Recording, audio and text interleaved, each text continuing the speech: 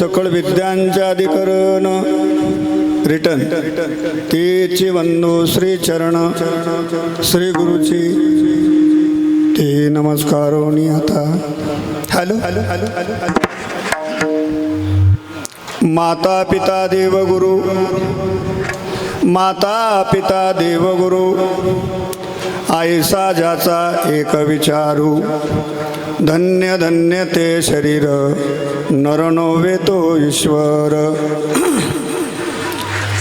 चारी दैवते समान मानी चारी दैवते समान मानी शरण एका जनार्दनी धन्य धन्य ते शरीर नरनोवे तो ईश्वर विठ्ठल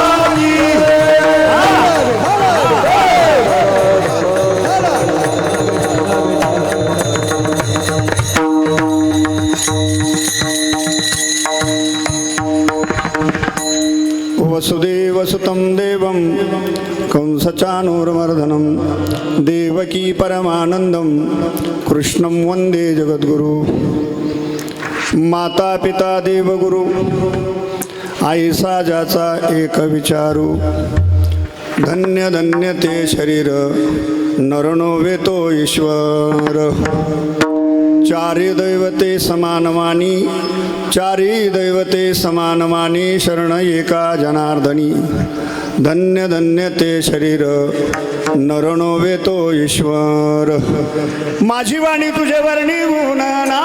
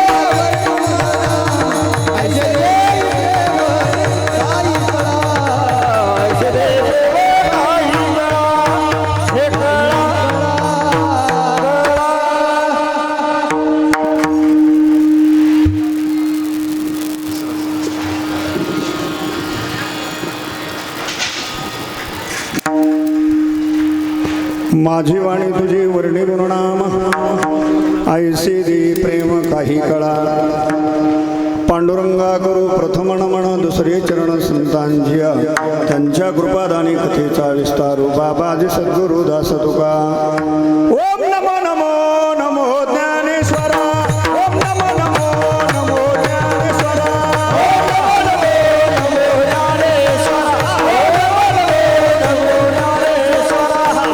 नमो ज्ञानेश्वरा ओम नमो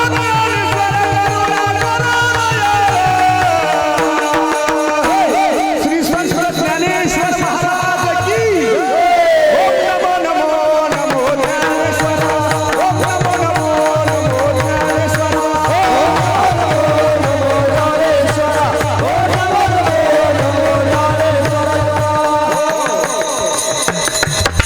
ओम नमो ज्ञानेश्वरा करुणाकरा दयाळा तुमचा अनुग्रह लादलो पावन झालो चराचरी माता पिता देवगुरु ऐसा ज्याचा एक विचारू धन्य धन्य ते शरीर नरणो भेतो ईश्वर.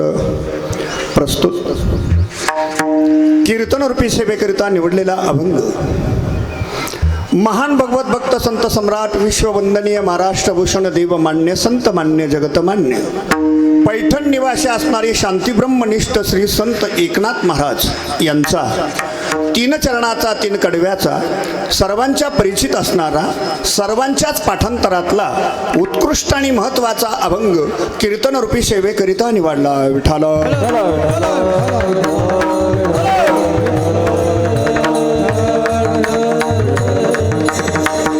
अभंग श्री संत एकनाथ महाराजांचा असून महाराज या अभंगातून आपल्या जीवनाला पोषक असणाऱ्या पूजनीय देवतेचं वर्णन करतायत. विठ्ठल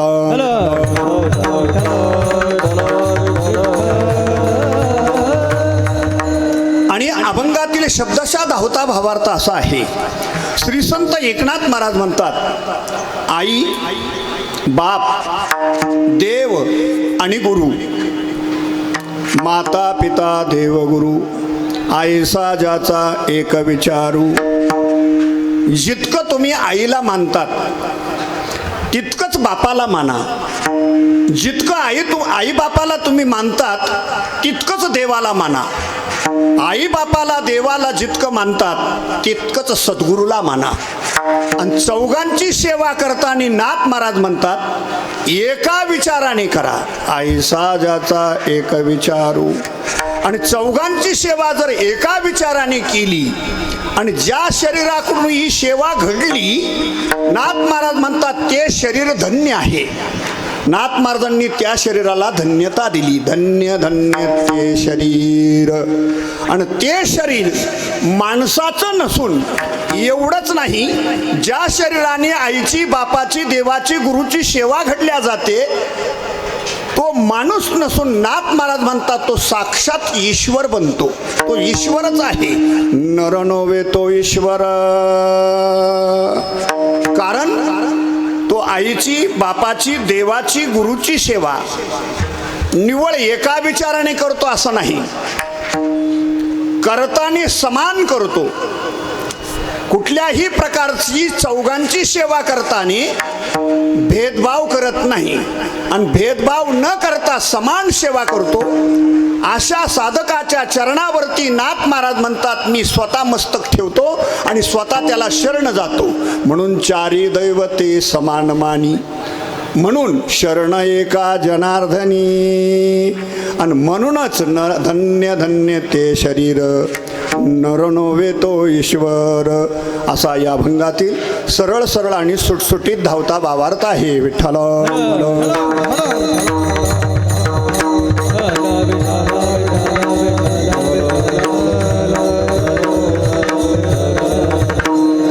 आज आपल्या या श्री क्षेत्र मरळगुई गावामध्ये सर्वांची लाडक्यावडती असणारी, ताणेल्याची ताण भुकेल्याची भूक जाणणारी कैलासवासी लंकाबाई विश्वनाथ दराडे, वय वर्ष 54, यांना आपल्यातून जाऊन आज जवळजवळ 5 वर्ष झाले.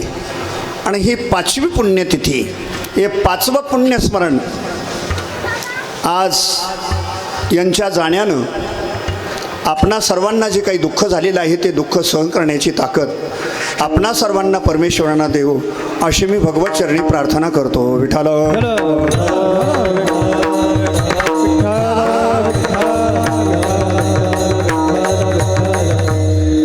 कैलासवासी लंकाबाई विश्वनाथ दराडे आणि त्यांचे असणारे पती विश्वनाथ शंकर दराडे, या दोघाही पती पत्नीने आपल्या वैवाहिक जीवनामध्ये अत्यंत तन्मनधनाने, श्रद्धेनं, भावनेनं, काया वाचा मनाने, सात्विक विचाराने ज्या अपत्यांना जन्म दिला असे मुलं गोपीनाथ विश्वनाथ दराडे, किसन विश्वनाथ दराडे 2 मुलं आणि मुली ज्योतिताई भाऊसाहेब सानप शिवरे, तसेच स्वातीताई पुंडलिक सानप वडगाव, तसेच संगीताताई शरद ढाकणे, तसंच संगीताचं दुसरं नाव आहे नयन शरद ढाकणे नाशिककर. या 3 मुली 2 मुलं, या 5 अपत्यांवर चांगल्या प्रकारचे सुसंस्कार करून कैलासवासी लंकाबाई विश्वनाथ दराडे आपली इहलोकाची यात्रा संपून जवळजवळ 5 वर्षच पूर्ण झाले. विठ्ठल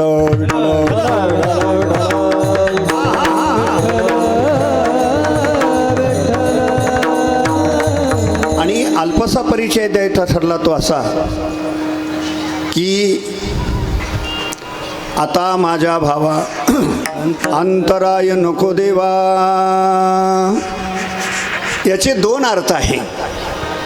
देवा, तुझ्याशी माझा जो निगडीत भाव झालेला आहे तो भाव माझ्यापासून दूर होऊन देऊ नको, अंतर पडू देऊ नको, हा पहिला अर्थ. आणि दुसरा अर्थ असा, आता माझ्या भावा अंतराय नको देवा. कुटुंबामध्ये एक सूत्र आहे, शेतामध्ये असावा खत्त, माणसाची बाजारात असावा लागते पत्त, शरीरामध्ये असावा लागतं पित्त, परमार्थामध्ये असावा लागतं एक चित्त, आणि कुटुंबामध्ये भावाभावाचं असावा लागतं एक मत्त. म्हणून भाऊ भावापासून दूर जायला नको, भावाचं भावापासून जास्तीत जास्त अंतर नको, असे असणारे एका विचाराने आपलं जीवन खरोखरच आणि जीवनाचा प्रवास सुखमयी चालवणारे भाऊ काशीनाथ शंकर दराडे आणि भाऊजाई हिराबाई काशीनाथ दराडे, मुलगा सोपान काशीनाथ दराडे, तसेच बहिणी रखमाबाई नामदेव कांगणे मुखेड, तसेच वाल्याबाई मधुकर सानप गाव वडगाव, मंदाबाई दत्तू सानप मुखेड, निर्मलाबाई ज्ञानेश्वर सानप वडगाव आणि कल्पना भाऊसाहेब आव्हाड आंबेगाव, या 5 बहिणी, 2 भाऊ, सर्व पुतणी पुतण्या, नातू पंतू, समस्त दराडे परिवार. विठ्ठल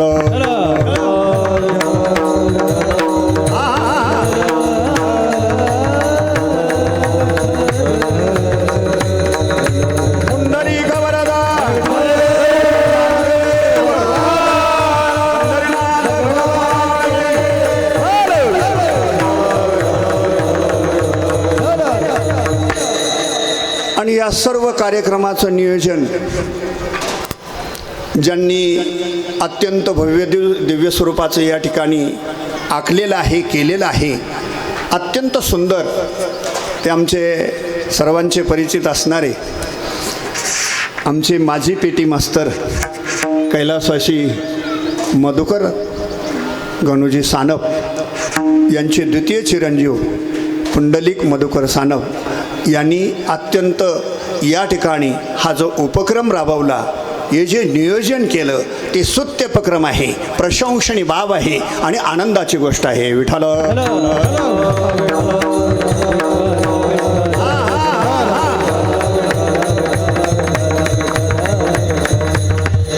आणि आमच्या पुंडलिकरावांचं नियोजन, कार्यक्रम छोटा असो मोठा असो, पण ॲक्टिव्ह नियोजन, त्या नियोजनाला जो आकार उकार, ते सौंदर्य, खरोखरच नियोजन करावं पुंडलिकनंच. ते कार्यक्रम कोणताही असो, वडगावला असो किंवा बाहेर असो, त्यांच्या नातेवाईकात असो, पण आयडिया देण्याचं काम, नियोजन कसं करायचं, कशा पद्धतीनं करायचं, आणि हे नियोजन करण्याकरता कालपासूनच आलेले आहे. विठ्ठल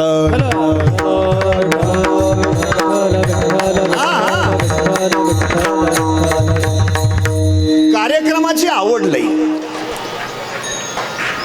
माणसं जोडण्याची जी टॅक्ट आहे, सज्जनावं, पैशाला पैसा जोडणं सोपं आहे, पैसा कमवणं सोपं आहे. लोकांना वाटत असेल पैसा कमवणं अवघड आहे. लाजा सोडल्या का नोटा, नोटा कमवायला अक्कल लागत नाही, पण माणसं कमवायला अक्कल लागते, माणसं जोडायला अक्कल लागते. विठ्ठल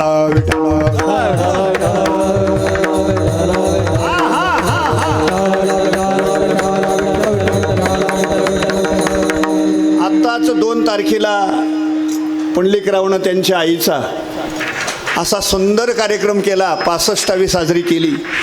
आणि ती 65वी साजरी करत असताना खरोखरच राजेशाही थाटामध्ये केली. मुला असावा तर असे असावा. ए आईसा पुत्र देई गुंडा, आईसा पुत्र देई गुंडा, आईसा पुत्र देई गुंडा, आईसा पुत्र देई गुंडा.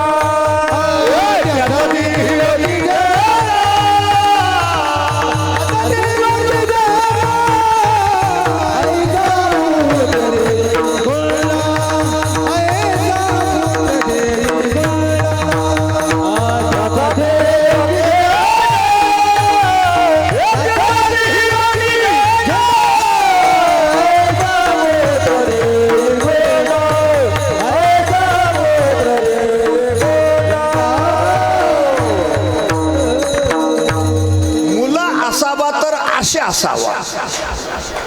अहो मेल्यावर दावं घालत्या का न घालत्या, श्राद्ध घालता का न घालता, पण राजू भाऊ खरोखरच आईच्या डोळ्या देखत आईला समाधान वाटेल अशा पद्धतीचे कार्यक्रम मुलानं केल्यानंतर आईचं 20 वर्ष आयुष्य वाढतं. 20 वर्ष हे मुलाच्या संस्कृतीवर आईबापाचं आयुष्य आहे. मुलाचे संस्कार मुलावर चांगले जर असेल तर आईबापाचं आयुष्य वाढतं, आणि मुलाचे संस्कार बिघडले तर आई वडिलांचं आयुष्य कमी होतं. पटत नसेल तर उदाहरण सांगतो. नुसतं टाळ येऊन मुलगा कीर्तनाला डोळे भरून आईबापानं पाहिला तर खरोखर 20 वर्ष वाढतं आईबापाचं आयुष्य. पण दारू पिणारा मुलगा जर डोळे भरून आईबापांना पाहिला तर 20 वर्ष आईबाप अगोदर मरतात. विठ्ठल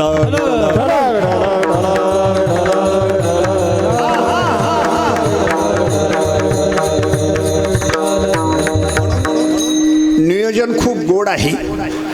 तेव्हा खरोखरच आमच्या वारकरी संप्रदायाच्या वतीनं हार्दिक अभिनंदन.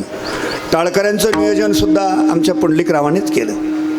या कार्यक्रमासाठी उपस्थित असलेले योगीराज तुकाराम बाबा श्री शनेश्वर भजनी मंडळ वडगाव, सर्वच भजनी मंडळ आहे.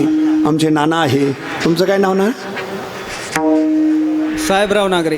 साहेबराव हरिभक्तीपरायण आमचे साहेबराव महाराज, तसेच आमचे ज्ञानेश्वर भाऊ आहे, आमचे गोरख भाऊ आहे आणि संस्था चालवत आहेत. खूप सुंदर गायन आहे. तसेच आमचे हरिभक्तीपरायण सोमनाथ महाराज, हरिभक्तीपरायण पंडित महाराज आहे. आमच्या हरिभक्तीपरायण आंबेगावचे राजू महाराज, तसेच आमचे हरिभक्तीपरायण वाल्मिक नाना कांदळस्कर, ज्ञानेश्वर महाराज सोनवणी वडगाव, तसंच आमचे संतोष भाऊ कांगणे वडगाव, किरण महाराज सानप वडगाव, तसेच आमचे नवीन तरुण तडफदार कीर्तनकार हरिभक्तीपरायण आमचे आजू महाराज कांगणे, तसेच आमचे हरिभक्तीपरायण आमचे सुदाम महाराज बारगळ, तसेच हरिभक्तीपरायण आमचे साडू आंबेगावकर माणिक महाराज गीते, तसेच हरिभक्तीपरायण आमचे शांताराम महाराज नागरे आणि विणेकरी आमचे हरिभक्तीपरायण धनराज महाराज सानप, हरिभक्तीपरायण आमचे मृदुंगाचे महामेरू गौरव महाराज सोनवणे, तसेच digital Sanskrit lighting decoration sound service Maralguikar, तसेच आमचे यूट्यूबचे या ठिकाणी जे शूटिंग चालू आहे त्यांचेसुद्धा ह्या ठिकाणी हार्दिक अभिनंदन.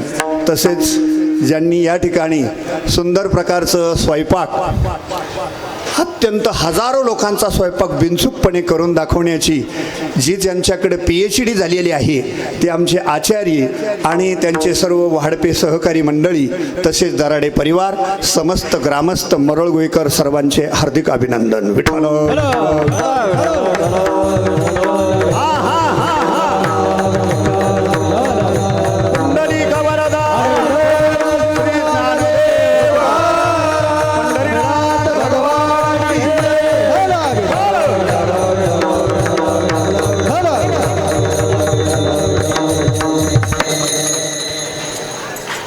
वारकरी संप्रदायामध्ये असं म्हटलेलं आहे, कुळी कन्यापुत्र होती जे सात्विक, तयाचा हरिक वाटे देवा. कन्या असो किंवा पुत्र असो, पण ते मुलं सात्विक असावा. कसे असावा? सात्विक. आणि खरोखर सात्विक मुलं जन्माला जर आली, तयाचा हरिक वाटे देवा. हरिक या शब्दाखाली अंडरलाईन करा. हरिक या शब्दाचा अर्थ आहे देवाला आनंद होतो. जगाच्या बापाला आनंद होतो, पण कधी मुलं सात्विक जन्माला आले तर. मुद्दाम होऊनच मी हा विषय असा काढला की मुलगी दोन कुळाचा उद्धार करते. ज्या घरात जन्माला आले त्या कुळाचा उद्धार करते एक, आणि ज्या घरात नांदायला जाते त्या कुळाचा उद्धार करते दोन. आणि मुलगा एकच कुळाचा उद्धार करतो. किती? तोय चांगला वागला तर, आणि बिघडला तर दोन्ही कुळाचं वाटोळ करतो. उपजला काळ लावी कुळाची विटाळ, लावी कुळाची विटाळ, लावी कुळाची विटाळ. उपजला काळ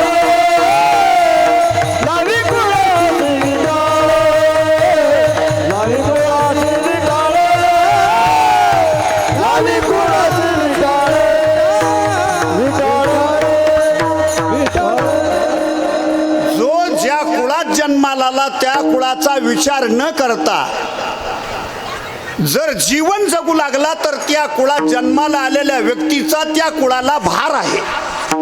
मग आपला भार होऊ नये म्हणून आमच्या पुंडलिकरावांचा जर विचार केला, ज्या घरात जन्माला आला त्याही कुळाचा उद्धार केला काय, आणि खरोखरच मामाच्याही कुळाचा उद्धार केला.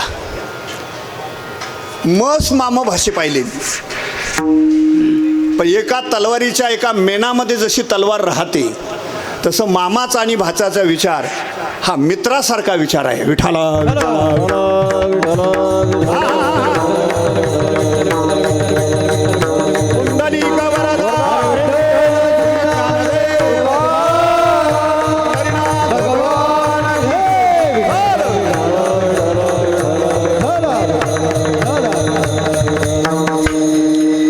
कोणत्याही गोष्टीचा किती बारीक जरी विचार केला, जुनी माणसं म्हणायचे विचार करून बोलावा, बोलून विचारात पडू नाही. कुठल्याही गोष्टीची काळजी अगोदर घ्यावा, आणि जर घेतली तर काळजी करत बसायची वेळ येत नाही, हे त्याचं उत्तर आहे. आमच्या पुंडलिकरावांनी ह्या कार्यक्रमाची तारीख कालचीच ठरवलेली होती. मस्त विचार करून ब्राह्मणाला विचारून आलेल्या तिथीला हा कार्यक्रम करायचा. हा खूप विचार केला, पण कधी कधी असं घडतं किती विचार जरी केला आणि किती कोणती गोष्ट किती विचार करून करण्याचा प्रयत्न केला तर कोणती ना कोणती अडचण येतेच.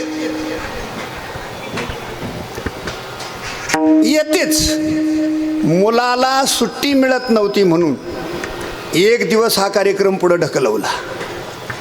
कारण ज्यांचं पुण्यस्मरण करायचंय, ज्यांची पुण्यतिथी साजरी करायची आहे, त्यांचाच मुलगा जर सीमेवर आहे आणि त्या मुलाच्या गैरहजेरीत कसा कार्यक्रम करायचा, योग्य का अयोग्य हा विचार अगोदर केला. त्यांना ते अयोग्य वाटलं, गैरहजेरीत कार्यक्रम करणं अयोग्य वाटलं आणि हजेरीत कार्यक्रम करणं योग्य वाटलं म्हणून एक दिवस पुढे ढकलवला आणि 6 तारखेचा कार्यक्रम 7 तारखेला करण्यात आला. अत्यंत उपक्रम स्तुत्य आहे. विठाला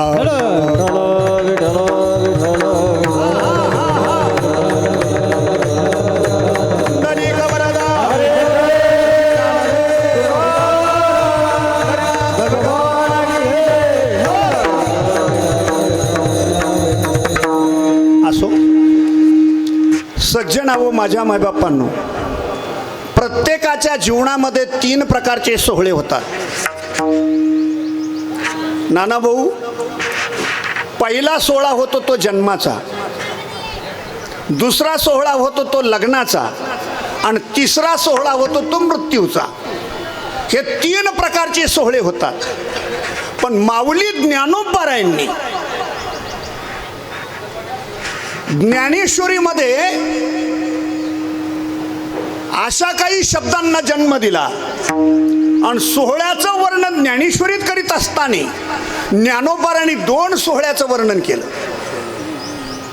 माऊली ज्ञानोबाराय म्हणतात, शरीराच्या गावा आलिया जन्म मृत्यूच्या सोहळिया ना म्हणो धनंजया जया परी. ज्ञानोबारांनी दोन सोहळ्याचं वर्णन केलं, एक जन्माचा सोहळा आणि एक मृत्यूचा सोहळा. आणि मी तुम्हाला या ठिकाणी 3 सोहळे सांगतो. तिसरा सोहळा म्हणजे लग्नाचा. ज्ञानोबारांनी ज्ञानेश्वरीत का घेतला नाही त्याचं कारण ज्ञानोबाराला ज्ञात होतं. ज्ञानोबाराला माहिती होतं की लग्नाचा सोहळा आपण टाळू शकतो. लग्न करायचं किंवा नाही करायचं, केळीच्या खांबासारखं ब्रह्मचारी जीवन आपण जगू शकतो, लग्न टाळू शकतो. म्हणून ज्ञानोबारांनी ज्ञानेश्वरीत लग्न सोहळ्याचं केलेलं वर्णन केलेलं नाही.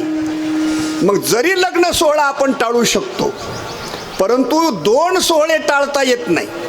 जन्माला येणं टाळता येत नाही आणि आल्यानंतर मृत्यू टाळता येत नाही. विठ्ठला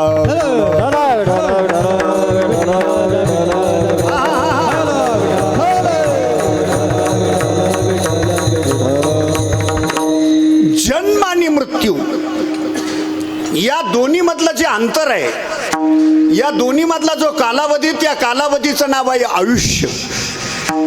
त्या कालावधीला काय म्हटलंय? आयुष्य. आणि ते आयुष्य आपल्याला परमेश्वरानं भरपूर भरभरून दिलंय. ते आयुष्य आपल्याला परमेश्वरानं 100 वर्षाचं दिलं. किती? 100. पण 100 वर्षाच्या आयुष्यामध्ये 50 वर्ष आपले झोपेत गेले.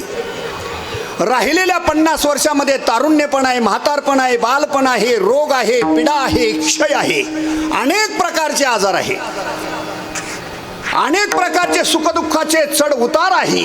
पण त्यातून भगवत प्राप्तीसाठी, नामचिंतनासाठी आपल्याला किती वेळ शिल्लक राहिला आहे, हीच काळजी आपल्याला वाहून न्यायची आहे. अल्पायुष्य मानव देह,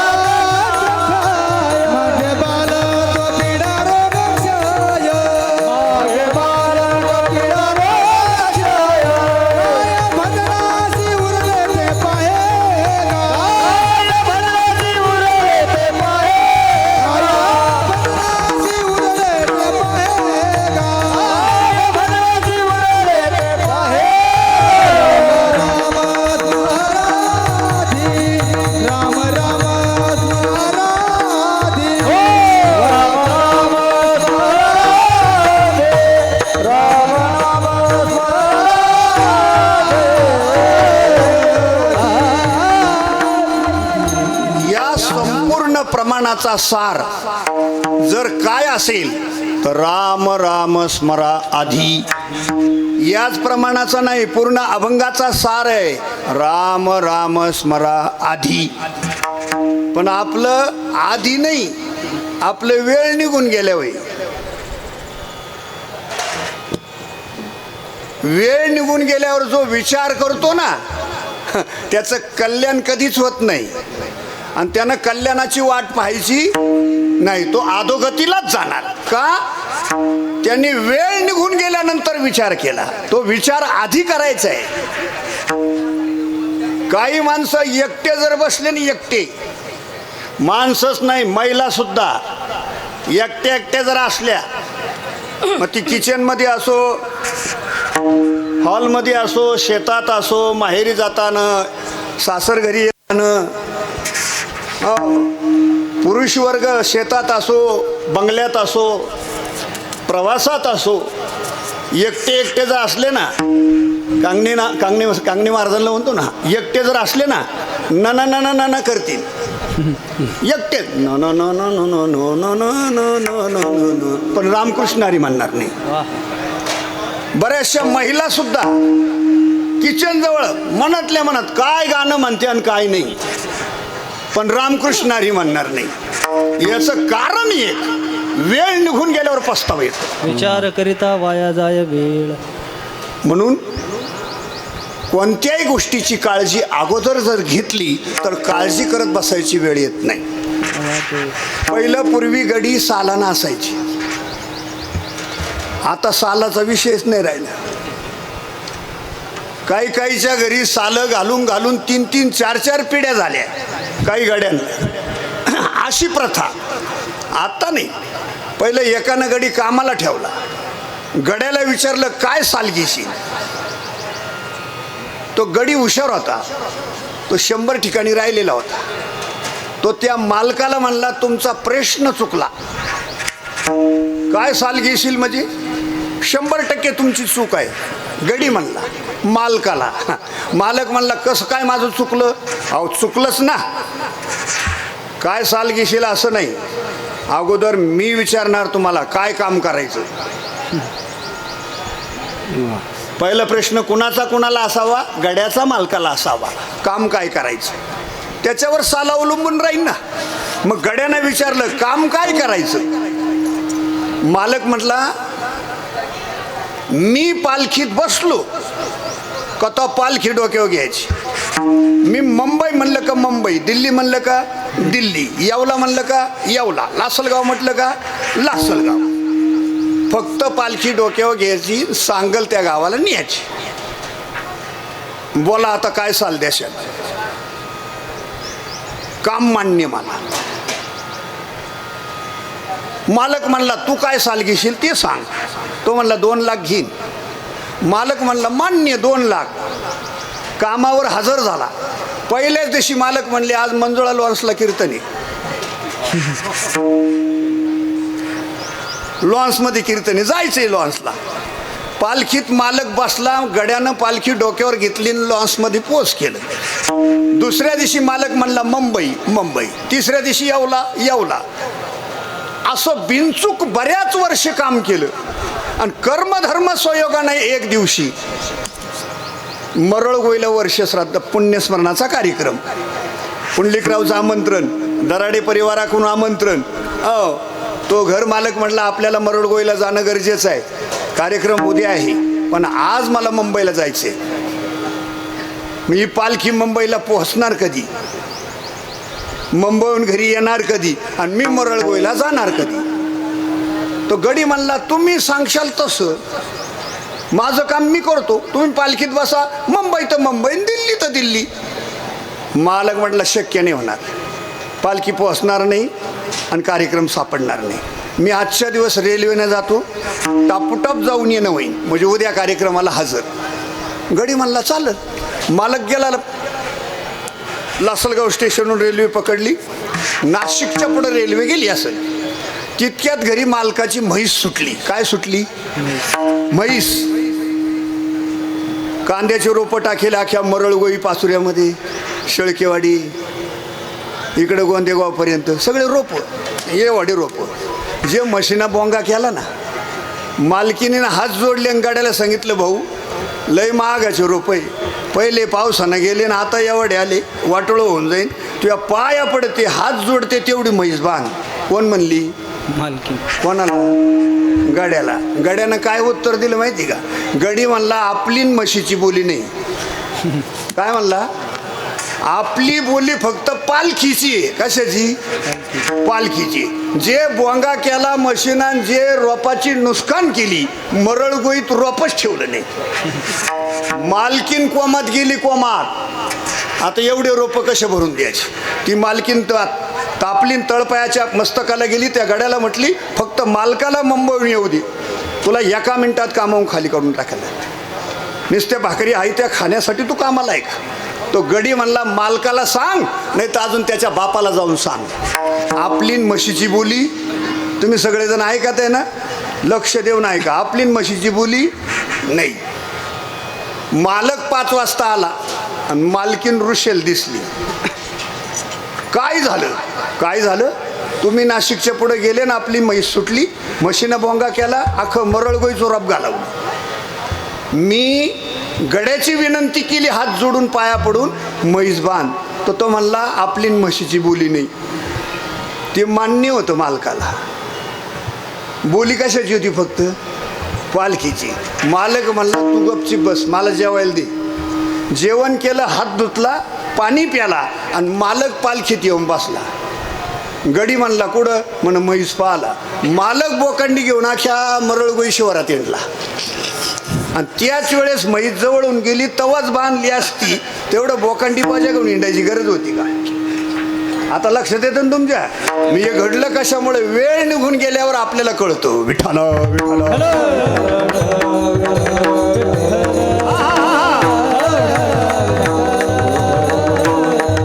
म्हणून दृष्टांत सिद्धांत अध्यात्म आणि प्रमाण हे सांगण्याच्या पाठीमागचं कारणच एवढं 100 वर्षातून आपले 50 वर्ष झोपेत गेले कळलंच नाही. त्याच्यामध्ये बालपण आहे, तारुण्यपण आहे, म्हातारपण आहे, रोग आहे, पीडा आहे, क्षय आहे, अनेक प्रकारचे आजार आहे. मग त्यातून आपण शोध घेतला पाहिजे. भगवत प्राप्तीसाठी नामचिंतनासाठी आपल्याला किती वेळ शिल्लक राहिला याची काळजी जे जे लोक वाहून नेतात त्यांचं आजही कल्याण आहे. विठ्ठल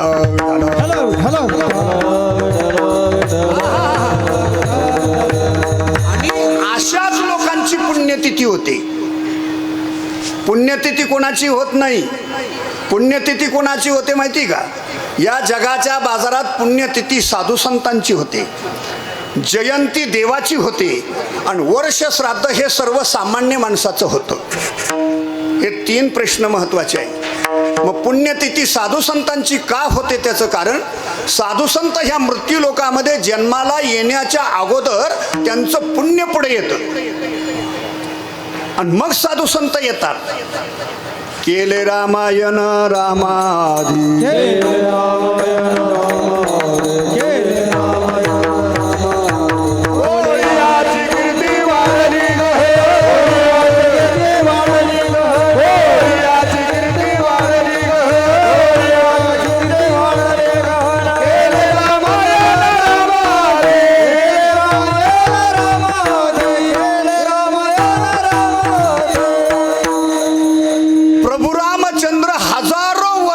नंतर आली पण हजारो वर्ष अगोदर रामायण पुढे आलं.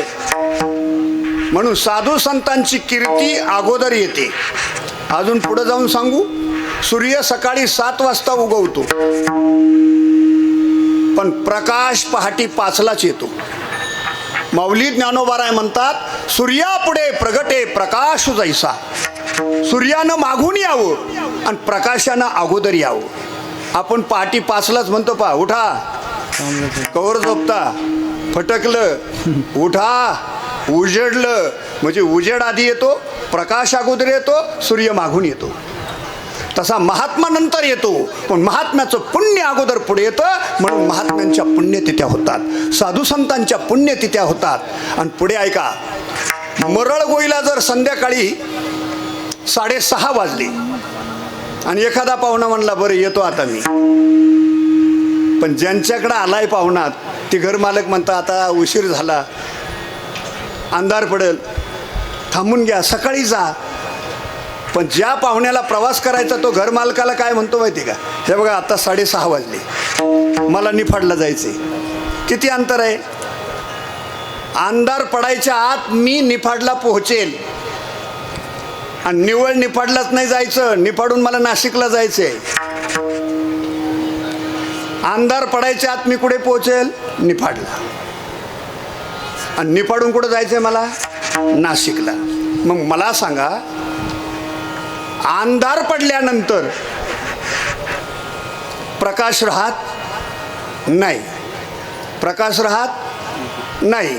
पण या मृत्यू लोकातून महात्मा निघून गेला तरी महात्म्यांचा प्रकाश शिल्लक आहे. महात्म्यांचा काय शिल्लक आहे? प्रकाश शिल्लक आहे. राहिल्या त्या कीर्ती गेले दिगंबर ईश्वर विभूती. गेले दिगंबर ईश्वर विभूती.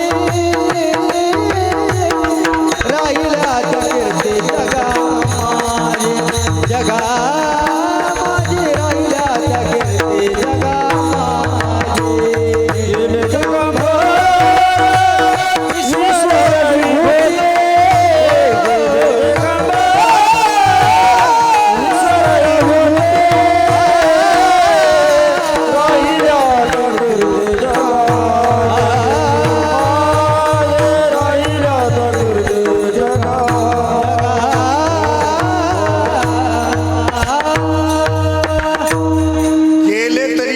शिल्लक आहे त्यांच्या पुण्यतिथ्या आणि आपल्या हाय तरी कीर्ती नाही म्हणून आपले 10 वर्ष श्राद्ध आहे. हाय तरी कोण विचारतं? कोण विचारत नाही आपल्याला. याचं कारण काय? आपण विचारच केला नाही ना. कशासाठी आलो, कुठे आलो आणि आता कुठं जायचंय, या 3 गोष्टीचा ज्यांनी विचार केला त्यांच्या पुण्यतिथी आहे. या 3 गोष्टीचा विचार आपण केलाच पाहिजे. आपण आलो कुठून, बरं कुठे आलो आणि आता कुठे जाणार आहे, या 3 गोष्टीचा विचार केला पाहिजे. तर आपलं जीवन कृतार्थ होतं. नाहीतर जन्मा येऊन काय केली आणि तुवा मुद्दल गमविली. आला से कोठोनी या असे गवल्या ठाया. आला से कोठोनी या असे गवल्या ठाया. तुझे अवघी लटकीत माया. अवघी लटकीत माया. आवाज होय बापा. आवाज होय बापा. ओ सावध होय बाबा. सावध होय बाबा.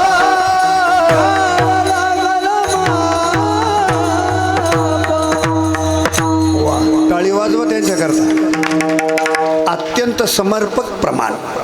आलाशी कोठोनी गा जाशील कवण्या गावा. आधार नाही कोणी अवघी लटकीच माया.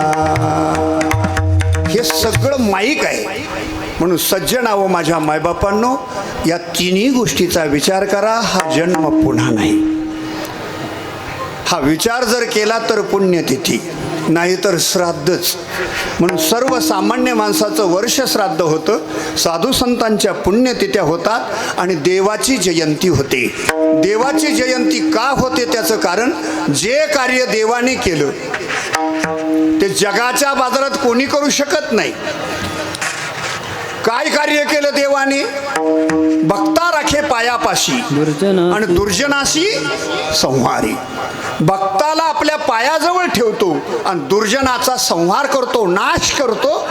म्हणून देवाची जयंती. एका बाजूला जय आणि एका बाजूला पराजय, म्हणून जयंती. विठ्ठल.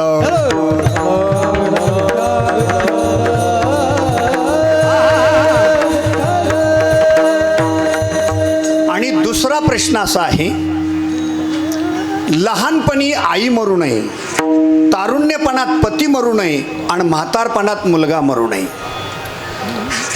आज या ठिकाणी ज्यांचं हे प्रथम पुण्यस्मरण आपण करतोय, सर्वांच्या समोर हा बॅनर आहे. वास्तविक पाहता लंकाबाईचं हे जाण्याचं वय नव्हतं. या अत्यंत कमी वयामध्ये या चिमुकल्या लेकरांना सोडून हे लोकाची यात्रा संपवली, देवलोकापर्यंत जाऊन पोहोचली. सज्जनावो, एखाद्या डोंगराच्या आड गेलेला सूर्य आपल्याला पुन्हा पाहायला मिळेल, परंतु या जगाच्या बाजारातून एकदा आई गेली का ती पुन्हा पाहायला मिळत नाही. आणि एकदा आई गेली का माहेरातून ज्यावेळेस सासरघरी जायचंय त्या दिवशी त्या मुलीची पिशवी ही रिकामी असते. जोपर्यंत आई आहे तोपर्यंत सासऱ्या घरी जाताना माहेराहून भरून आलेली पिशवी ही आईच्या हाताची असते. 4 लसणाच्या कांड्या तरी देईन, मेथीची जोडी तरी देईल, काय रिकामी पिशी जाऊन देणार नाही. कवटी खाली पडेल, कवठा असले तरी आई गोळा करून आणून पिशीत टाकून देते मुलीच्या. मुलीची पिशवी रिकामी जाऊन देत नाही. तिचं नाव आई. तिचं नाव काय? आई. आई. आणि कृपा दृष्टीने त्या पिशवीकडे पाहतो, त्याचं नाव बाप. विठ्ठल विठ्ठल.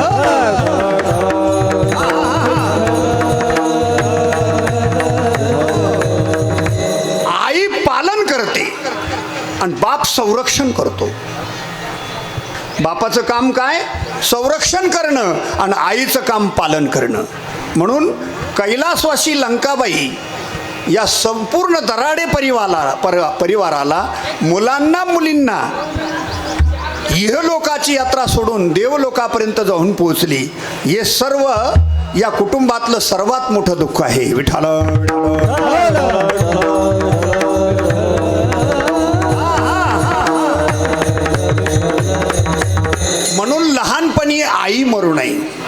ज्या आईच्या मांडीवर बसून आई आपल्याला दूध पाजते आणि ज्या दुधातून आपल्या संस्कार होतात, अशी संस्कार करणारी आई जर जगाच्या बाजारातून निघून गेली तर पुन्हा आई मिळत नाही.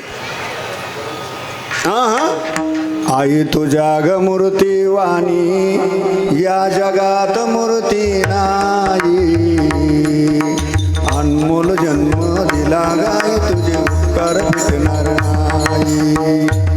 अशी मूर्ती परत कितीही प्रयत्न केले तर अशी आई पाहायला मिळत नाही, बिलकुल नाही. म्हणून लहानपणी आई मरू नये, तारुण्यपणामध्ये पती मरू नये. ज्या बाईचा नवरा तारुण्यपणात गेला तिच्या संसाराचा दिवस अरण्यात मावळला. जुनी म्हणे धनी येत दुनियानं तर चारीचे चारी गल्ल्या सुन्या आहे. नवरा काळा असो, गोरा असो, खुजा असो, ठेंगणा असो, वाकडा असो, तिकडा असो, चकणा असो, कसाही असो, पती हे स्त्रीचं पांघरून आहे. तो निस्ता दारात जरी बसेल असला ना, अहो तो तिच्यासाठी वाघच आहे. ताप नाही कुणाची पायरी चढून वर यायची, तो तिचा आधारस्तंभ आहे.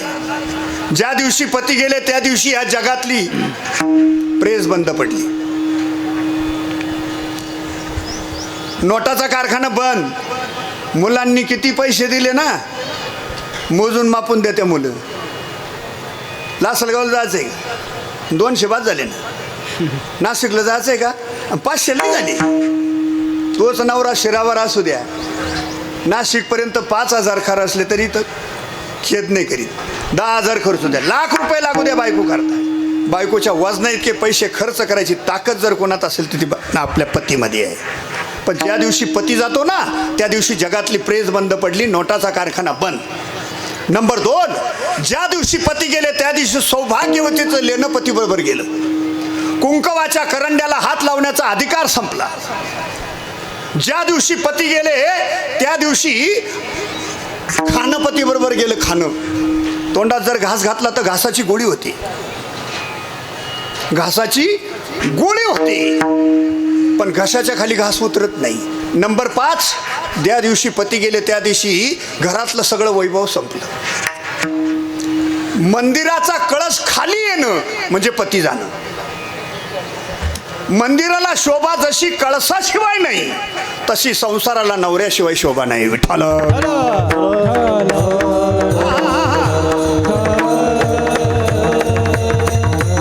नंबर 6, ज्या दिवशी पती गेले त्या दिवशी घरातला गावातला गल्लीतला या जगातला देवाधिकातला मान संपला.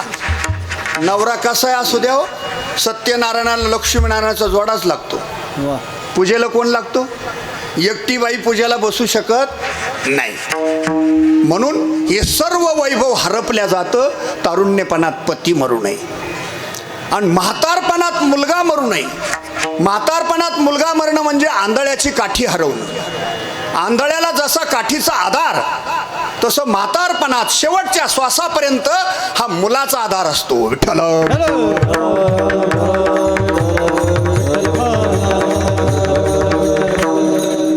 बरेच लोक म्हणतात मला पंढरपूरला मरण यावा, बरेच लोक म्हणतात मला काशीला मरण यावा, आणि बरेच लोक म्हणतात मला तीर्थात मरण यावा. हे ज्यांनी ज्यांनी संकल्पना केली ते कान देऊन ऐका. काशीला मरण मागू नका, पंढरपूरला मरण मागू नका, कुठल्या तीर्थात मरण मागू नका. ज्यांना तीर्थात मरण मागितलं म्हणजे पुरुषार्थ कमवला का? पंढरपूरला मरण मागितलं म्हणजे पुरुषार्थ कमवला का? काशीला मरण मागितलं म्हणजे पुरुषार्थ कमवला का? माणसाच्या जीवनातला खरा जर मृत्यूमध्ये विजय मिळवायचा असेल आणि पुरुषार्थ मिळवायचा असेल, प्रत्येक माणसानं एकच मृत्यूची जागा मागायची. त्याच्यात आपल्या जीवनाचा पुरुषार्थ आहे. ती जागा कोणती? प्रत्येक बापानं एकच म्हणायचं, देवा पांडुरंगा, माझा मृत्यू, माझा शेवटचा श्वास पंढरपूर, काशी, आळंदी तीर्थक्षेत्रात नको. माझा शेवटचा श्वास माझ्या मुलाच्या मांडीवर येऊ दे.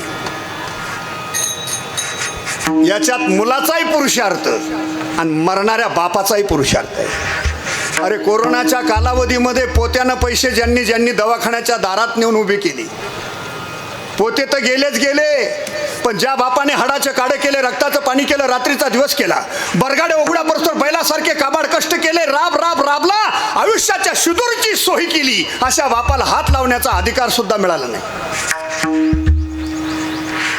त्या बापाची राख मिळाली नाही, हस्तीला हात लावण्याचा अधिकार मिळाला नाही, बापाचं तोंड पाहायला मिळालं नाही. अरे बांधलेल्या फडक्यामध्ये बाप तिकडच फुकून टाकला. अशा कोट्यावधी करोडोपती मुलांना आजही मान खाली घालावं लागते. आयुष्यात येऊन आम्हाला काही करता नाही आले. काय झालं, का नाराज आहे? अहो आमचा बाप आम्हाला मिळाला नाही, आमच्या बापाची हस्ती मिळाली नाही, आमच्या बापाची राख मिळाली नाही, आमच्या बापाला हात लावायला मिळाला नाही, आणि आमच्या बापाला मांडी द्यायला मिळाली नाही. म्हणून मुलाचा पुरुषार्थ बापाला मांडी देणं आणि बापाचा पुरुषार्थ मुलाच्या मांडीवर जीव सोडणं. विठ्ठल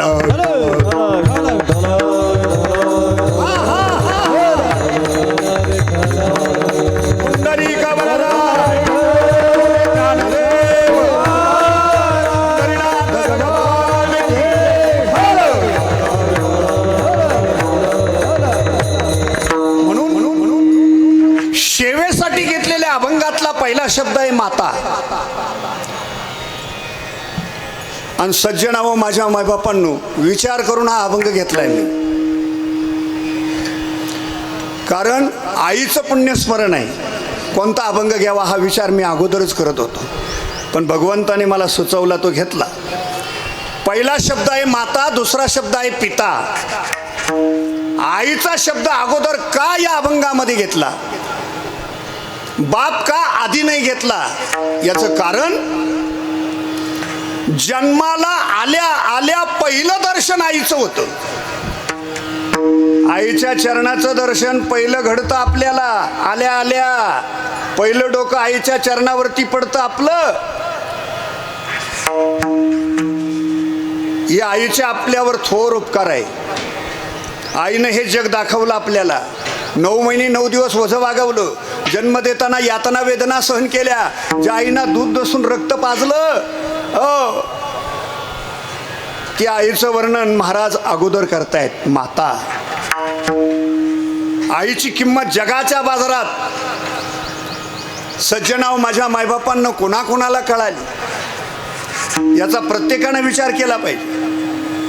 आणि आईची किंमत आपल्याला कळतच नाही असं गृहीत धरा. का कळत नाही त्याचं उत्तर, आई आपल्याला फुकट मिळाली, फुकट. आणि फुकट मिळालेल्या वस्तूची किंमत कळत नाही. तुम्हाला जर बाजारातून वांगे दिली एखाद्याने, जा घेऊन बुवा, आणि घरच्याने जर तुम्हाला विचारलं एवढे कोणा दिली, दिले जो असताना एवढे, मग रिकामी पंचायतीले करतो आपण. भाव नसन, किडीचे असन, कोणी घेत नसन, त्याला कोणी विचारित नसन, त्यानं काय एवढे फुकट सहज दिले का? आणि कोण रिकामय द्यायला? या पंचायती करतो का नाही आपण? ते तसेच सुकून जात्या घरात, पण घर खात नाही त्याला. त्या वांग्याला महत्व आपण देत नाही. का? फुकट मिळाली. तेच वांगे जर 2000 रुपये पावशेर असले, 2000 रुपये पावशेरनं वांगे आणणारे सुद्धा महाराष्ट्रात माणसं आहे. मग 2000 रुपये पावशेरचे वांगे घरी नेल्यावर खात असतील का? अहो फ्रीजमध्ये ठेवायचे, आठवण आली की फक्त चोखायची आणि पुन्हा ठेवायचे. का? महागाचे आहे ना. महाग वस्तूची किंमत आपल्याला कळती, फुकट वस्तूची किंमत कळत नाही. तसं आई मिळवण्याकरता प्रयत्न मुलाला बिलकुल करावा लागत नाही, म्हणून मुलाला आईची किंमत कळत नाही. बायको करायला प्रयत्न करावा लागतात, म्हणून बायकोची किंमत कळत नाही. कालच एक जण मला म्हणला, मा जर तुम्ही जमून दिलं ना, मी आयुष्यभर तुम्हाला विसरणार नाही.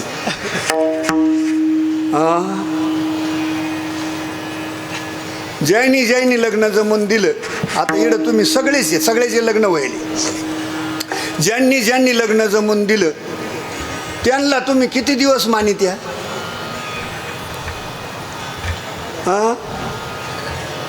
फक्त टाळी असतो. बघ टाळीपर्यंत मात्र त्याला तुम्ही क्षणभर विसरत नाही. बस त्याला संघ, नवरी पाहाला संघ, साखरपुड्याला संघ, काही घ्यायचं ठरलं तरी संघ, काही विचार करायचा असला तर त्याला विचारल्याशिवाय नाही. कुठपर्यंत ये टाळी असतो. टाळी झाली हो त्याची गाठ घेतली जमावणाराची. मी तुमच्या घरी सालाना राहतो, ज्यांना जमावलं त्याचा फोटो आहे का तुमच्या कोणाच्या खिशात? हा, तुमचा गुलाम बनतो मी, आहे का एखाद्याच्या खिशात फोटो? प्रत्येकाचं कोणतरी जमावलंय की नाही? मग आहे का उपकाराची जाणीव? नाही. बरं, जी मिळाली तुम्हाला, मला सांगा तिच्यावर किती आतोनात तुम्ही प्रेम करतात? त्या प्रेमात खंडन आहे का? बिलकुल नाही, बिलकुल नाही. तुम्हाला बायको पाहाला जो माणूस गेला तो तुमचा कोण झाला?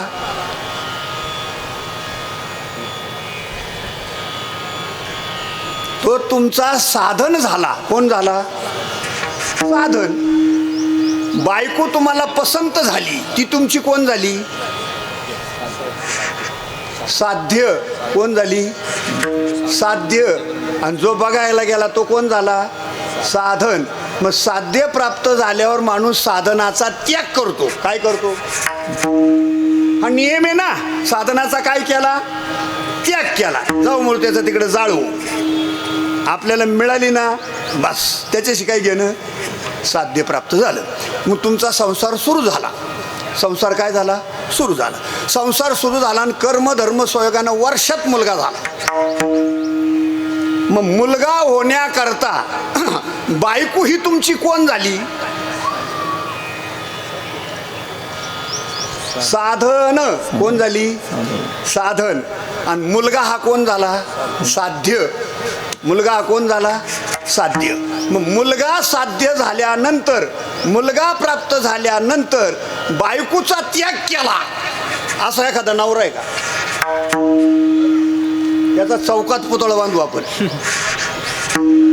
फार काठी टिकी टिकी ज्या माना हलात तरी नवरा बायकोचा त्याग करीत नाही आणि बायको नवऱ्याचा त्याग करीत नाही. मग जसं संसारात साध्य प्राप्त झाल्यानंतर साधनाचा त्याग करत नाही, तसं परमार्थ हा सुद्धा साध्य साधन रूप आहे. विठ्ठला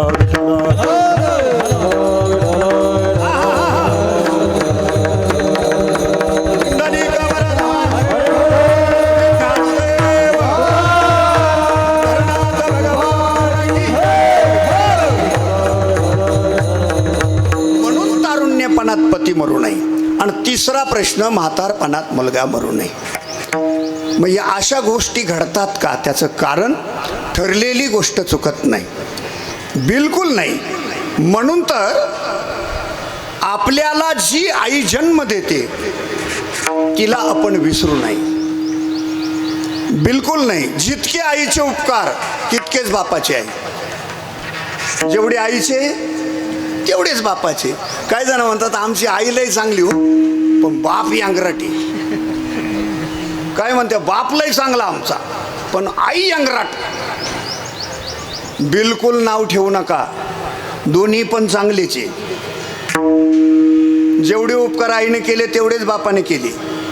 छत्रपती शिवाजी महाराजांचा जन्म संगमनेर तालुक्यात पेमगिरी किल्ल्यावर होणार होता. झाला म्हणत नाही, अर्धवट घेऊन पडू नका. काय? शिवछत्रपती शिवाजी महाराजांचा जन्म संगमनेर तालुक्यात पेमगिरी किल्ल्यावर होणार होता, पण छत्रपती शिवाजी महाराजांच्या वडिलांना काही गुप्त बातम्या कळता क्षणी पेमगिरी किल्ल्यावरून रातोरात शिवनेरी किल्ल्यावर ज्या बापानं हलवलं त्या बापाचे उपकार कमी आहे का? जेवढे उपकार आईचे तेवढेच उपकार बापाचे आहे. ज्या भगवान श्रीकृष्ण परमात्म्याला मला सांगा देवकीने जन्म दिला, त्याच भगवान श्रीकृष्ण परमात्म्याला बंदीखान्यातून बाहेर काढण्याचे प्रयत्न ज्या वसुदेवाने केले, यमुनेच्या एवढ्या पुरातून पलीकडे नेण्याचा प्रयत्न ज्या बापाने केला, त्या बापाचे उपकार कमी आहे का? म्हणून जेवढे उपकार आईचे तेवढेच उपकार बापाचे. म्हणून आईला विसरता कामा नये. विठ्ठला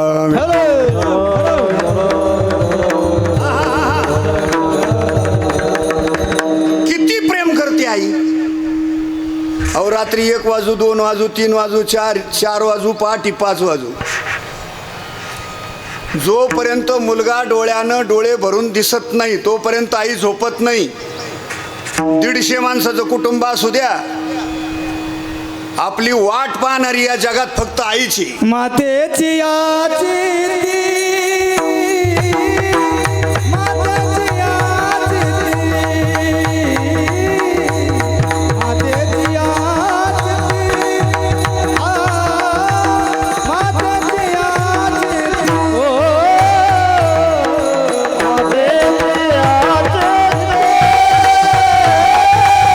मातेची आजी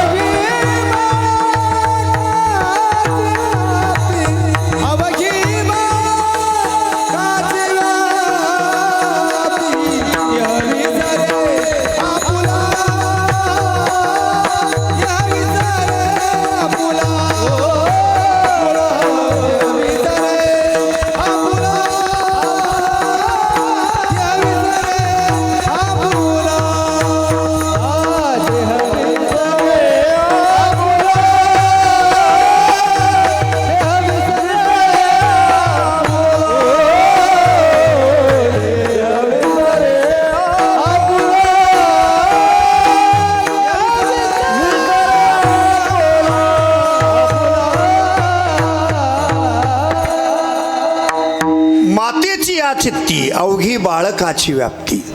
सर्वस्व त्या लेकराचा भार जर कोण वाहून नेत असेल, काळजी वाहून नेत असेल तर आई. आईशी कळवळ्याची जाती आणि करी लाभाविन प्रीती. करी लाभाविन प्रीती या शब्दाचा अर्थ असा आहे, कुठल्याही प्रकारचा स्वार्थ न साधता जी प्रेम करते तिचं नाव आई. काहीच लागत नाही मुलाकडून आईला, फक्त मुलानं आईला तोंड भरून आई म्हणून हाक मारली तरी आईचं पोट भरतो, आईचं हृदय भरून येतं, समाधान वाटतं, बाकी काही लागत नाही. मुलाकडून धन नको, दौलत नको, संपत्ती नको, कुठलीच अपेक्षा नाही. निरपेक्ष जीवन जगणारी या जगात जर कोण असेल तर आई. किती वाजेपर्यंत जागे राहील, आपली वाट पाहणारी कुटुंबातून फक्त आई. आणि आपली वाट कधी लागेल याची वाट पाहणारे जगात लई. बाकीचं गत पण फक्त आपण कधी जाऊ याचीच वाट पाहू नये महाराज. पण कुठलीही अपेक्षा न ठेवता वाट पाहणारी जर कोण असेल तर आई. मी नेहमी सांगत असतो, माझ्या मित्राच्या आईला ज्यावेळेस मी शिर्डीला भेटायला गेलो, 500 रूमला नाकी नळ आली तो रूमच सापडाना.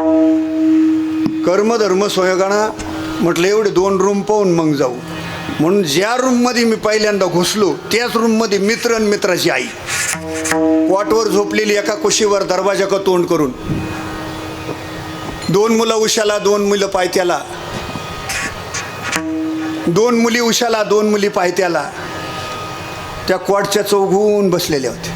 गेले गेले जे आयरी घातलं. म्हणलं कशी आई? ते म्हणले महाराज आई कोमात गेली, बोलत नाही आई.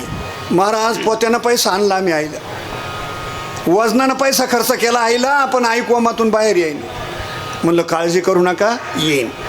5-10 मिनटं झाली. मी म्हणलो का हो तुम्ही किती जण भाऊ? तो म्हणले महाराज तसे आम्ही 5 जण आहे. म्हणलं मग अजून 1 जण कुठे? काला दुखावरल्या खपल्या खाडीत या.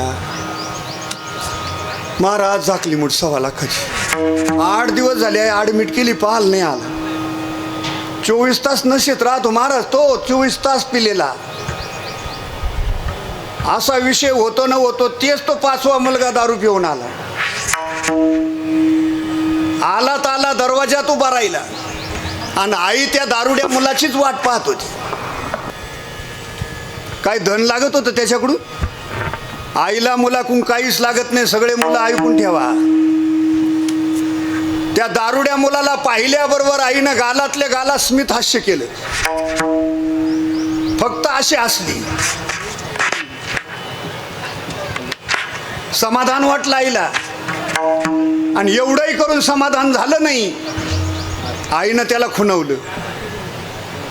आईचं म्हणणं होतं तू माझ्या जवळ येऊन भेटून जाय. तो दारुड्या मुलगा तिडून असा करायचा. त्याचं म्हणणं होतं का मी बरा आहे इड. आणि आई अशी करायची, आईचं म्हणणं होतं का तू जवळ ये आणि भेटून जाय. काय धन दौलत लागत नव्हती. तो दारुड्या मुलगा जवळ आला आणि आईनं त्या दारुड्या मुलाच्या तोंडावरून हात फिरवला आणि मुक्का घेतला. तो मुक्का घेतलेला हात आईनं दवाखान्यात जी अंगावर चादर असते ना त्या चादरीत घातला. कमरेपर्यंत नेला. कमरेच्या पिशवीतून 500-500 रुपयाच्या 2 नोटा चाळून काढल्या आणि 500-500 रुपयाच्या 2 नोटा त्या दारुड्या मुलाच्या हातात दिल्या. चिकूने, सफरचंदने, केळने, थोडा म्हैसूरने, लाडूने, पोराला पेढेने. आणि घरी या बाय पोचल्यावर दादाच्या फोनवर फोन कर म्हणजे माझ्या जीवात जीव येईल. पुन्हा मुका घेतला. जा. त्या 500-500च्या 2 नोटा घेऊन दरवाजात जाऊन उभा राहिला. 5-10 मिनटं थांबला आणि 5-10 मिनिटांना निघून गेला. तो निघून गेल्यावर या 4 मुलं आईबरोबर भांडू लागली. त्या मुली म्हणल्या, आई आम्ही लेकरं बाळं नवरा पोरं सोरं सोडून आम्ही तुझ्याजवळ येऊन बसलो. तुझ्यासाठी आम्ही गळ्यातले आखी दागिने मोडले. ते मुलं म्हणले आम्ही पोत्यानं पैसा खर्च केला, वजनानं पैसा खर्च केला, डोळ्यात वाद घालून आम्ही 8 दिवसापासून तुझ्यासाठी जागे. आणि ज्यांना आयुष्यभर दारू पिऊन इस्टेटीचं वाटोळं केलं, ज्यांना रुपया ठेवला नाही, ज्यांना तुला रुपया दिला नाही, त्याला तो 500-500च्या 2 नोटा काढून दिल्या. आई ए आई हा न्याय कुठून आणला. त्यावेळेस ते आईनं भांडण कसं मिटवलं सगळे मुलं ऐकून ठेवा.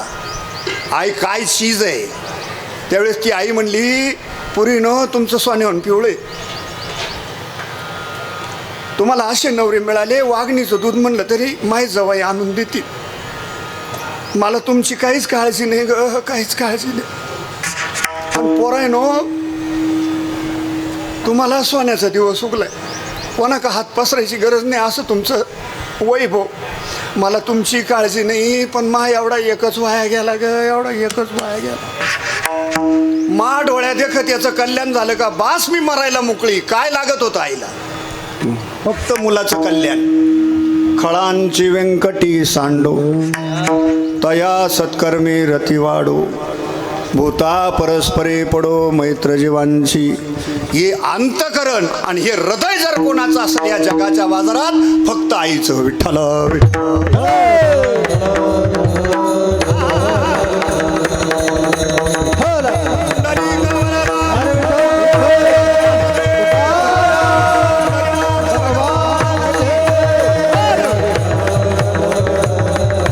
म्हणून नाथ महाराजांनी पहिला आईचा शब्द घेतला. दुसरा शब्द बापाचा का घेतला? दुसरं वर्णन बापाचं का केलं त्याचं कारण आहे का? आई कुणाला, माता कुणाला म्हणायचं आणि पिता कुणाला म्हणायचं? जिना पहिला नवरा केल्यावर आयुष्यात परत पहिला मेल्यावर दुसरा केला नाही तिला माता म्हणायचं. एक नवरा मेल्यावर दुसरा नवरा करायचं जिना स्वप्नात आणलं नाही तिला माता म्हणायचं. आणि एक बायको मेल्यावर आयुष्यात दुसरी बायको केली नाही त्याला पिता म्हणायचं. हे पद कोणाला नाही मिळत. हो, पद मिळवायला त्याला तपश्चर्या तशी करावं लागते. राम म्हणता रामची आणि पदवी बैसून पदवी फुकट पदवी मिळत नाही. ती तपश्चर्या त्या पद्धतीची. त्या परीक्षेमध्ये आपण तंतोतंत उतरलो पाहिजे तेव्हा आपल्याला ते पद मिळतं. मग पिता कुणाला म्हणायचं? बऱ्याच जणांच्या आया लहानपणी गेल्या, आईच आठवत नाही. काही जणायला माझ्या स्वतःच्या बापाला आणि त्यांना आई आठवत नाही. लहानपणीच वारलेली आमच्या वडिलांची आणि त्यांची आई. पण आमचे वडील सर्वात वडील असल्यामुळं बाकीच्या भावायला आई आठवून दिली नाही. माझे आजोबा तमासगीर होते. उभं आयुष्य जाळलं, अख्खं उभं आयुष्य जाळलं. केळीच्या खांबासारखं ब्रह्मचारी जीवन जगला, पण दुसरी बायको करायचं स्वप्नात आणलं नाही. अख्खं आयुष्य जाळलं. 50% लोक आहे माझ्या गावातले. इड कीर्तन संपल्यावर लागलं तर पार तिकडे उसात घेऊन विचारा त्यांना, हे खरंच आहे का? काय केळीच्या खांबासारखं ब्रह्मचारी जीवन जगला, पण दुसरी बायको करायचं स्वप्नात आणलं नाही. पण ज्या ज्या वेळेस आमच्या वडिलांना आईची गरज पडेल त्या त्यावेळेस आमच्या आजोबांनी त्यांची आई व्हावं. ज्या बापाला आई होता आलं त्याला पिता म्हणायचं, आणि ज्या मातेला प्रसंग पडेल त्यावेळेस, मुलांवर प्रसंग येईल त्यावेळेस, बापाची गरज पडेल त्यावेळेस ज्या आईला बाप होता येतंय ना तिला माता म्हणायचं. बऱ्याच बायांचे नवरे तरुणपणात गेले पण मुलांना बाप आठवून नाही दिला आयांनी. कंबर खोसून 10-10 परसाच्या विहिरीत उतरणाऱ्या आया आजही महाराष्ट्रात जीवन.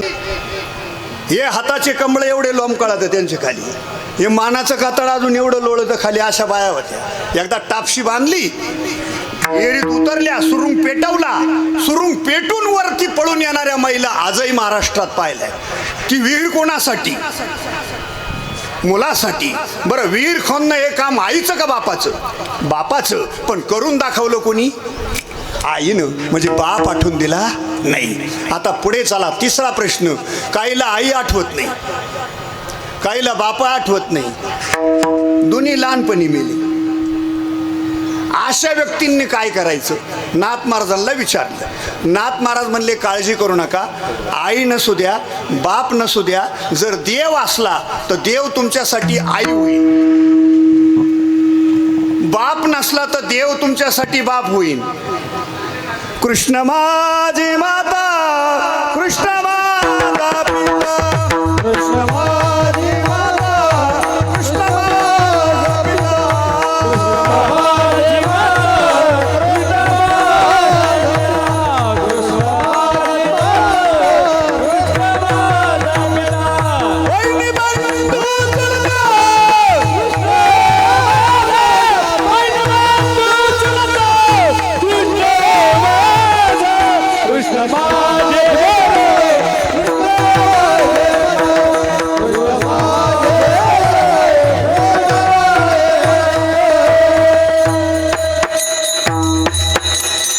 एवढंच नाही, माय जगन्नाथ बाप जगन्नाथ, अनाथाचा नाथ जनार्दन. ज्याला आई नसली देव त्याची आई होतो, बाप नसला तर देव बाप होतो, भाऊ नसला तर देव भाऊ होतो, एखाद्याला बहीण नसली तर देव बहीण होतो, आणि एखाद्याला बायको नसली ना तर देव बायको सुद्धा होतो. हसू येतं कायला?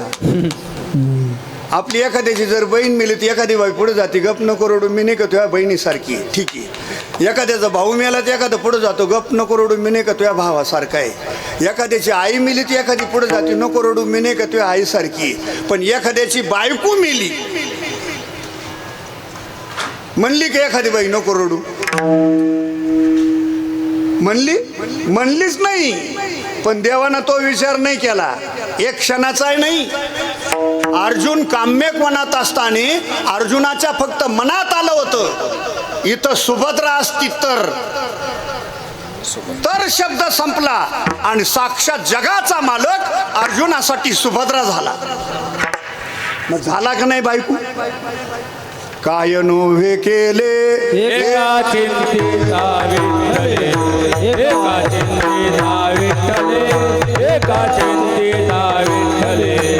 एका चिंतिता विठ्ठले, एका चिंतिता विठ्ठले.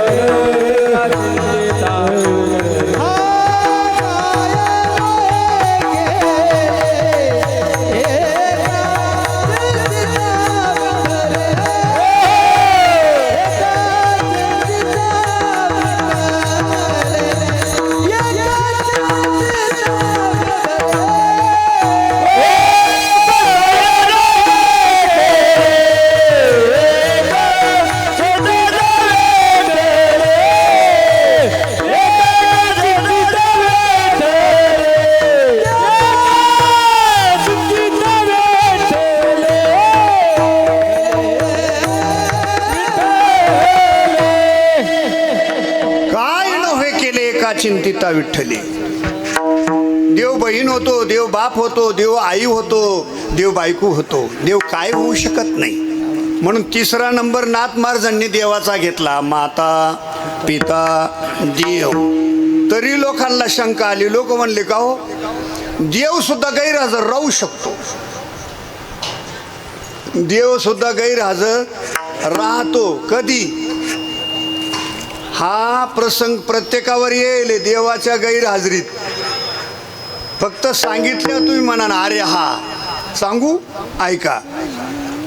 देव झाला पाट मोरा आणि नसता विघ्ने आली घरा.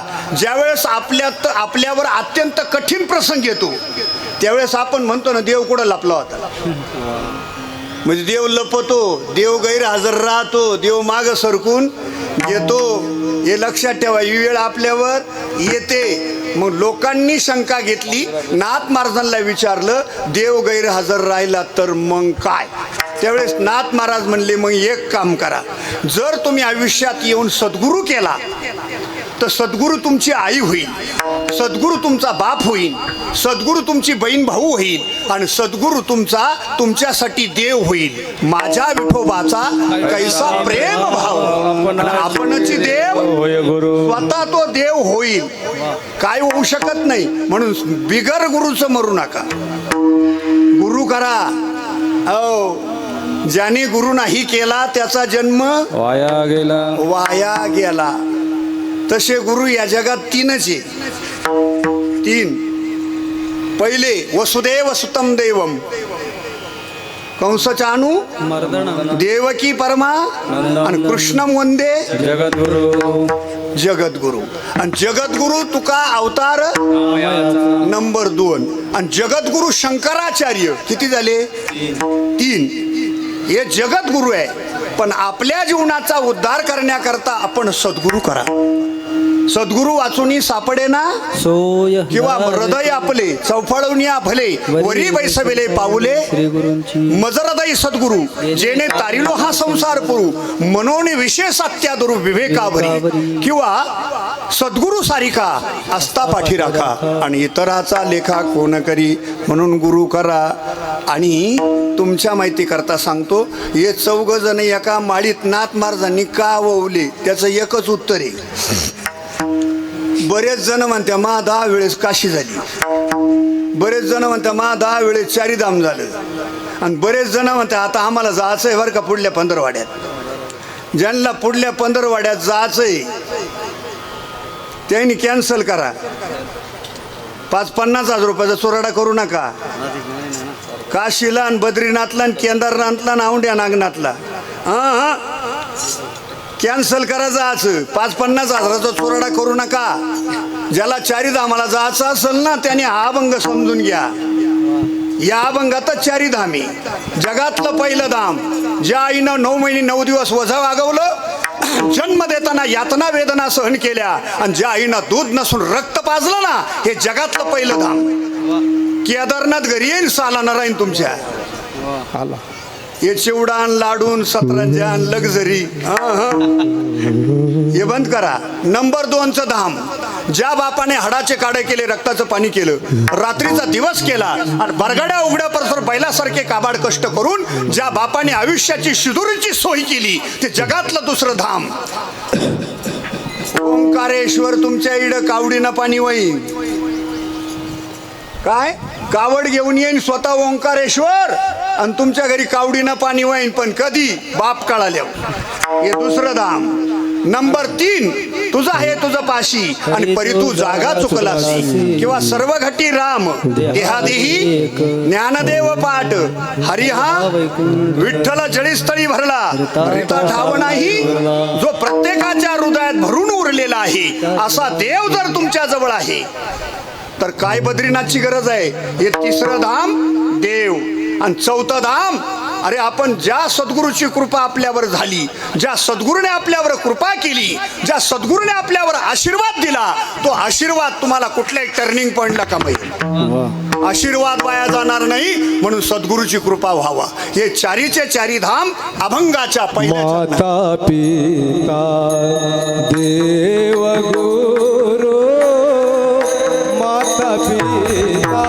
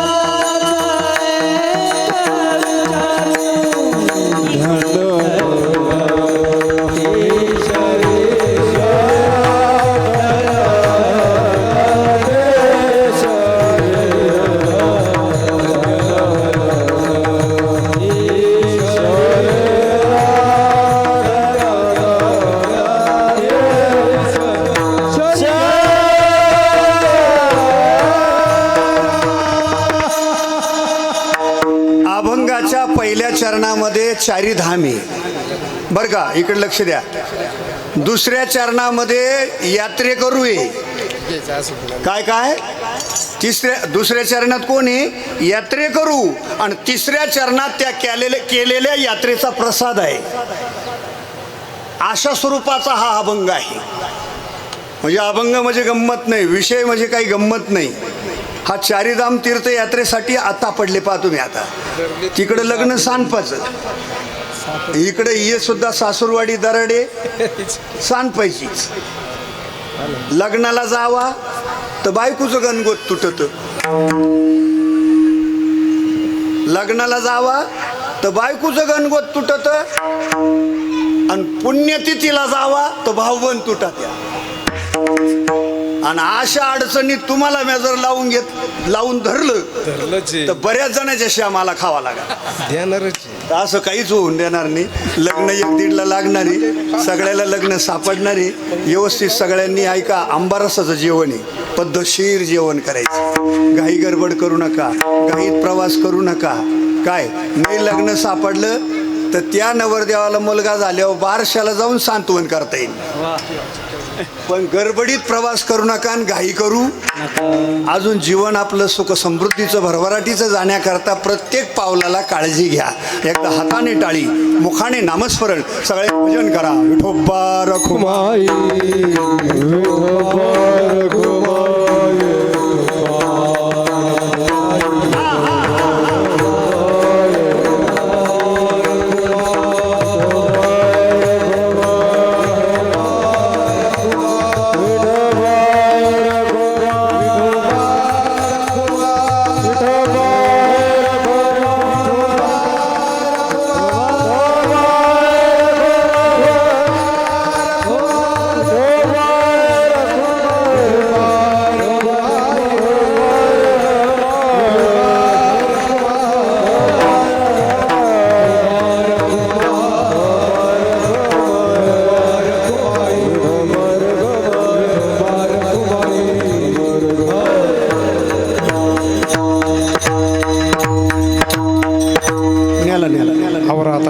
माता पिता देवगुरु ऐसा ज्याचा एक विचारू, धन्य धन्य ते शरीर नरनोवे तो ईश्वर. ऐका, बसा बसा, 5 मिनटं बसा बरं का. मग ते सगळ्याचं लक्ष ते उपारण्यावरच राहतं. 2 मिनटं बसा. हां बसा. ए बाई खाली बस. आता होती का तिकडे बाई? नाही होती का? पाहिलं का नाही? मग तोच प्रकारे उपारण्याचा आहे. विठ्ठल विठ्ठल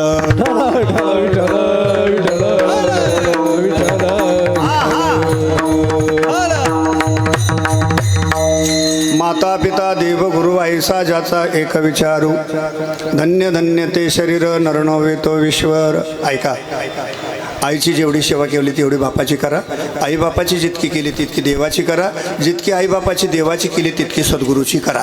आणि ती करत असताना एका विचाराने करा, भेदभाव करू नका. लक्ष द्या इकडे, कुठल्याही प्रकारचा भेदभाव करू नका. आणि आपलं शरीर जर खरोखर देवरूप व्हावं असं वाटत असेल तर भेदभाव विसरा. विष्णुमय जग वैष्णवांचा धर्म, भेदा भेद भ्रम अमंगळ. तो अमंगळ आहे, मंगल नाही. सर्वांना सारखं माना. आता काही ठिकाणी दिवसाला धन्यता दिली, काही ठिकाणी रात्रीला धन्यता दिली, काही ठिकाणी तीर्थाला धन्यता दिली, हो काही ठिकाणी गावाला धन्यता दिली, काही ठिकाणी भावाला धन्यता दिली, काही ठिकाणी संचिताला धन्यता दिली. आणि या अभंगात धन्यता दिली ती शरीराला दिली. अभंगाच्या दुसऱ्या चरणात धन्य धन्य ते शरीर,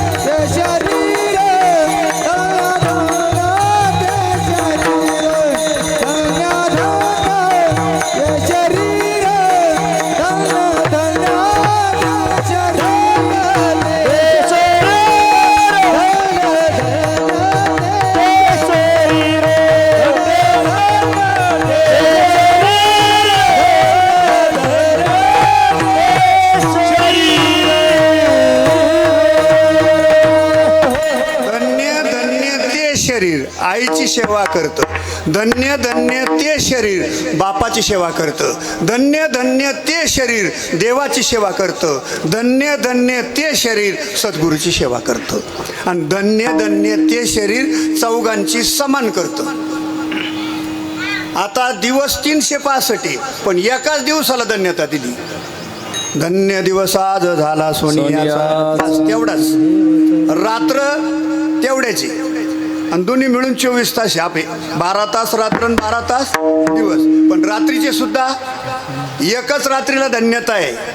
शिवरात्रीची कथा धन्य जे ऐकती इच्छिले पार्वती सर्व काही. आता गाव 100-100, 50-50, 80-80 गावाचा तालुका असे महाराष्ट्रात, भारतात, जगात किती गाव, पण ठराविक गावाला धन्यता. मरळगोईला धन्यता नाही, पाचुऱ्याला नाही, आंबेगावला नाही, आमच्या वडगावला नाही, लय गावायला नाही, पण ठराविक गावाला का. आणि कोणते गाव? चाकण 84 धन्य देहू गाव, तेथील पवित्र जन्माम्मा, त्या गावाला धन्यता. नंबर 2 धन्य ते आरण रत्नाची खान, जन्मला निदान सावतात गावाला. आता 8-8, 10-10, 12-12 भाऊ काही घरात. फक्त या भारतात, या जगाच्या पाठीवर एका कुटुंबात असे मुलं जन्माला आले का त्यांनाच धन्यता मिळाली. हे धन्य ज्ञानदेव, धन्य ज्ञानदेव, सोपान सखाया, सोपान सखाया, सोपान सखाया, सोपान सखाया. धन्य निवृत्ती राया, हो धन्य निवृत्ती राया. कशाला धन्यता? भावाला, गावाला झाली, दिवसाला झाली, रात्रीला झाली, संचिताला. धन्य मी मानिना आपले संचित, राहिलेशे प्रीत तुझे नामे. आता तीर्थाला 108 तीर्थ आहे जगात, फक्त एका तीर्थाला धन्यता दिली. धन्य ते पंढरपूर, धन्य भीमा तीर, आणि येले सार पुंडलिका. आणि अभंगात धन्यता दिली शरीराला, धन्य धन्य ते शरीर. आणि पुढे या चौघांची सेवा समान करतो म्हणून, आणि तो ईश्वर झाला म्हणून नाथ महाराज त्याला शरण जात. चारी दैवते समान माने, चारी दैवते समान माने, चारी दैवते समान माने, चारी